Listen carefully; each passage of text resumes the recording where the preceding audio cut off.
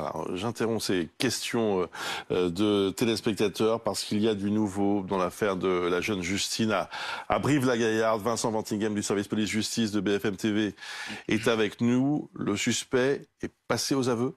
Oui, c'est une information que nos confrères de La Montagne et de France 3 donnaient ce matin et dont nous avons eu confirmation selon une source proche du dossier.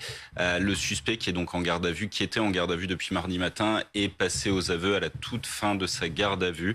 On ne connaît pas les détails évidemment de ses aveux, mais tout ce qu'on peut dire, c'est qu'il a indiqué un périmètre, une zone à proximité de son domicile où reposerait le corps de la jeune Justine, une zone sur laquelle se concentrent à l'heure actuelle les recherches, puisqu'on le rappelle, la procureure de la République de Brive-la-Gaillarde l'avait annoncé hier, un important dispositif de recherche est mis en place sur le secteur.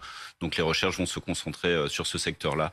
Et en parallèle, ce suspect va être présenté à un juge d'instruction au pôle criminel de Limoges, sans doute en vue d'une mise en examen dans la journée.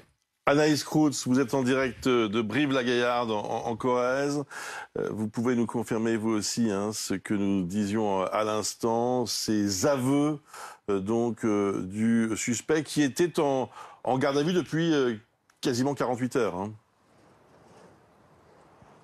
Exactement, une garde à vue qui aura donc duré 48 heures et qui a donc pris fin aujourd'hui. Et donc d'après nos informations, eh bien, le suspect a avoué cette nuit, il a indiqué une zone, un secteur proche de son domicile. C'est là où vont donc se concentrer les recherches pour retrouver le corps. Recherches qui sont en cours depuis hier, recherches qui se concentraient autour du domicile du principal suspect.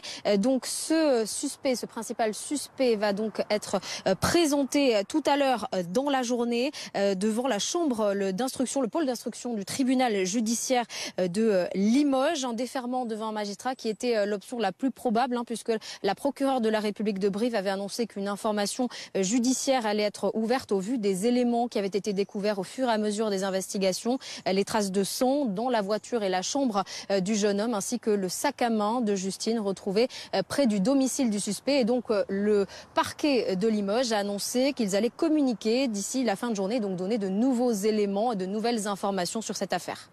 Merci beaucoup Anaïs Kroutz. C'est vrai Vincent que ces éléments qui avaient été révélés hier soir par la procureure étaient accablants pour ce jeune homme, et on voit bien d'ailleurs que depuis le début de cette affaire, tout s'est concentré sur lui, et que les enquêteurs avaient visiblement la conviction qu'il était probablement le meurtrier, même s'il est toujours présumé innocent, évidemment, à l'instant où on se parle. Pour une raison toute simple, c'est qu'il s'agit de la dernière personne à avoir vu Justine vivante à la sortie de cette boîte de nuit, dans la nuit de samedi à dimanche. Et puis il y a surtout quelque chose qui a, on pourrait dire, mis la puce à l'oreille des enquêteurs, c'est le fait que quand ils se sont présentés pour l'interroger, il a d'abord pris la fuite. Alors il a été interpellé, et puis au fur et à mesure des investigations, de nombreux éléments troublants ont été mis à jour. On parle de traces de sang sur le pommeau du levier de vitesse de sa voiture, des traces de sang qui ont également été découvertes dans sa chambre à son domicile. Et puis le dernier élément qui, on pourrait dire, l'a un petit peu accablé, c'est ce que la procureure de la République a révélé hier soir, à savoir des traces du sac à main de la jeune femme retrouvée à proximité de son domicile, sac à main qui aurait été calciné, brûlé. Il aurait donc brûlé ça pour éviter qu'on le confonde, et on le voit lors de la garde à vue. Les enquêteurs de la police l'ont confronté à ces éléments. S'il n'avait rien à voir avec la disparition, pourquoi le sac à main se trouve-t-il à proximité de son domicile? Pourquoi a-t-il été brûlé ou carbonisé? Autant d'éléments qui ont sans doute dû conduire le suspect à finalement passer aux aveux la nuit dernière. Vous nous disiez ce matin, Vincent, qu'il y avait une possibilité de transport de ce suspect sur les lieux. Alors, c'est vrai que cette hypothèse peut se renforcer dans les prochaines heures, parce qu'effectivement, il a indiqué une zone, mais si les enquêteurs ne trouvent pas là dans les prochaines minutes ou les prochaines heures, on pourrait aller vers cette option?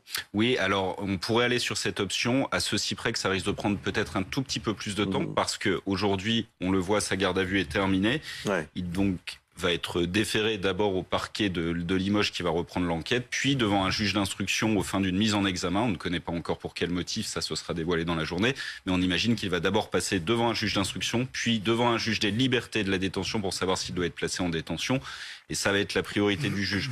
Après, il faudrait savoir ce qu'il a également indiqué lors de cette garde à vue, quel périmètre, est-ce qu'il a donné des indices précis qui vont permettre de retrouver le corps de Justine, ou est-ce qu'il a donné une zone comme ça un petit peu large et qui va mériter d'être précisé par la suite. Donc on pourrait imaginer que ce transport pourrait avoir lieu dans un deuxième temps, peut-être en fin de journée, demain. Reste à savoir exactement ce que les enquêteurs vont découvrir aujourd'hui et s'il y aura besoin de ce transport ou pas. On retrouve Anaïs Routz à Brive-la-Gaillarde. Alors, j'imagine que l'information commence à circuler à Brive. Cette affaire suscitait déjà une très vive émotion dans tout le département. À Brive, effectivement, suite à la disparition de cette jeune femme, et aussi à Bénat. C'est la commune d'origine de ce jeune homme. Donc c'est à peu près 25 km de là où nous nous trouvons. C'est une petite commune, une commune rurale d'un peu plus de 1250 habitants.